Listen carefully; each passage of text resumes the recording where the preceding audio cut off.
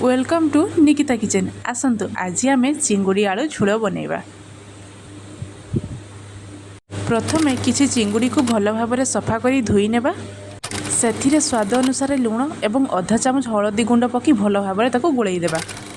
तापरे गोटे कढ़ई बसी तेल भल भाव गरम होला परे आमे सबु चिंगुड़ी गुड़ी को भल भाव छाणी आनिबा, जेमिति कि सबु चिंगुड़ी गुड़ी को ब्राउन कलर होई जिवो।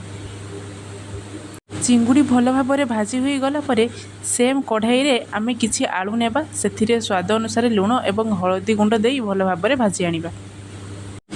तापरे गोटे कटा पियाज, किछि अदा, किछि रसुण एवं सेथिरे अल्प पानी देई तार गोटे पेस्ट बनै आनिबा।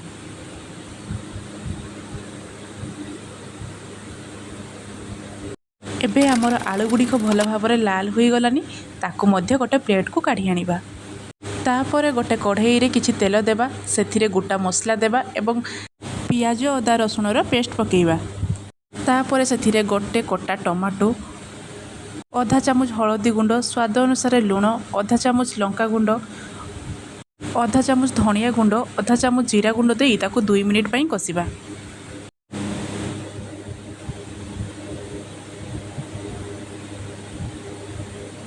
तापरे सेथिरे अल्प पानी एवं कस्तूरी मेथी देई मसलारू तेल छाड़िया पर्यंत पुणी थरे कसिबा।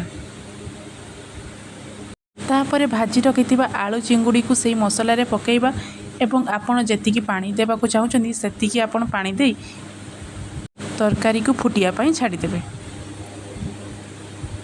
तरकारीटी 2 ରୁ 3 मिनिट फुटिला परे सेथिरे कटा धनिया पत्र एवं गरम मसला देई गोटे बाउल को आमे काढी आनिबा।